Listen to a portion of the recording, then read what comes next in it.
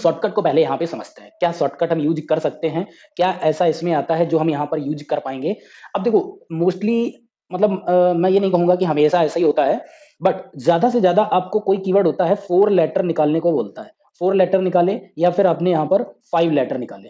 ठीक है, अब 5 या 4 लेटर आते हैं, कह रहा है इन सब से कितने मीनिंगफुल बनते हैं। अगर मैं यहाँ पर बात करें कि जो लेटर हमने किसी मीनिंग एक कीवर्ड होता है उससे हमने जो सिलेक्ट करे होते हैं, फर्स्ट सेकंड थर्ड नाइन्थ जो भी लेटर होते हैं, तो उन लेटर्स में हमको ये देखना है कि वॉविल कितने हैं, ठीक है, और कॉन्सोनेंट कितने हैं, ये हमें देखना होगा। अगर आपके 2 वॉविल हैं प्लस 2 आपके कॉन्सोनेंट हैं, तो आप यहां पर 90% की मैं यहां पर बात करूंगा कि 90% ये आपका आंसर सही होगा।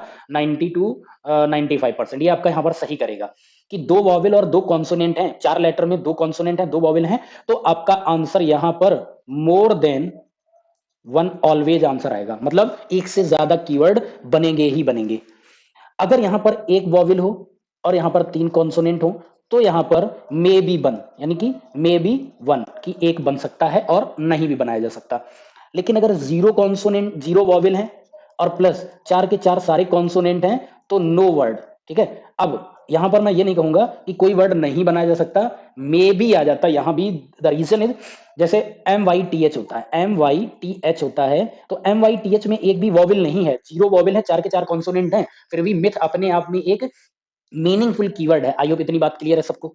तो ऐसा भी होता है, लेकिन अगर ऐसा कुछ आ जाए, अब 4 के 4 कॉन्सोनेंट हैं, अगर 4 के कॉन्सोनेंट में वाई नहीं है, तो आप ऑलवेज इसको रॉन्ग करो, कभी भी कोई कीवर्ड नहीं बनेगा। 4 को आपने निकाले यहां पर लेटर, उन 4 में चारों कॉन्सोनेंट हैं और उन 4 में आपका वाई नहीं है, तो आपका कभी भी मीनिंगफुल बन ही नहीं सकता।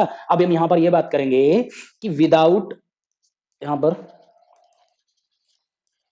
Without vowel meaningful keyword, without vowel meaningful keyword की अगर हम बात करेंगे, तो देखो यहां पर एक चीज कॉमन आपको मिलेगी, जैसे देखो BY, MY, CRY, GYM, ठीक है, ऐसे आप कई सारे कीवर्ड देखेंगे, हर एक में आपको वाई मिलेगा। MYTH, ठीक है, GYPSY, जिप्सी, कई ऐसे कीवर्ड मिलेंगे जो विदाउट वॉवेल होंगे, लेकिन इन सभी में एक कॉमन फैक्टर आपका होगा, क्या, वाई। वाई जरूर होगा, बिना वाई के आप मीनिंगफुल कीवर्ड नहीं बना सकते हो।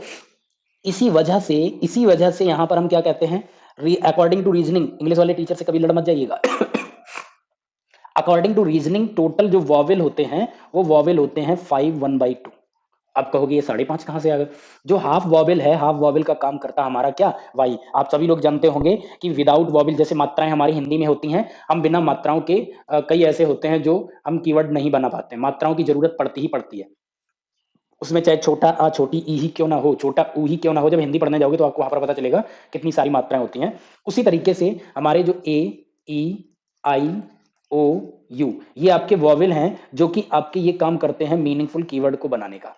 अगर ये 5 नहीं है तो मीनिंगफुल कीवर्ड नहीं है, चाहे कोई उठा के देख लो, जरूर आपको कोई ना कोई एक वॉवेल मिल जाएगा। और अगर वॉवेल नहीं है तो बाई आपका जरूर मिलेगा। इतना आपको यहां पर ध्यान रखना है जब भी इस टॉपिक का क्वेश्चन कभी भी आता है, और कोई भी पेपर होता है तो इसका एक क्वेश्चन, जहां तक एक क्वेश्चन पूछते हैं, एक से ज्यादा नहीं पूछते हैं, मे बी वन और नॉट।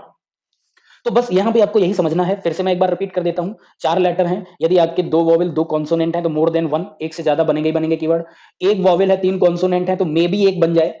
और 0 वॉवेल है और 4 के 4 कॉन्सोनेंट हैं, तो नो वर्ड है, लेकिन एक्सेप्शनल केस है कि उसमें वाई नहीं होना चाहिए। अगर वाई नहीं है तो 100% कोई भी कीवर्ड नहीं बनाया जा सकता। इतनी सी बात आपको सभी को यहां पर ये बात क्लियर हो गई होगी।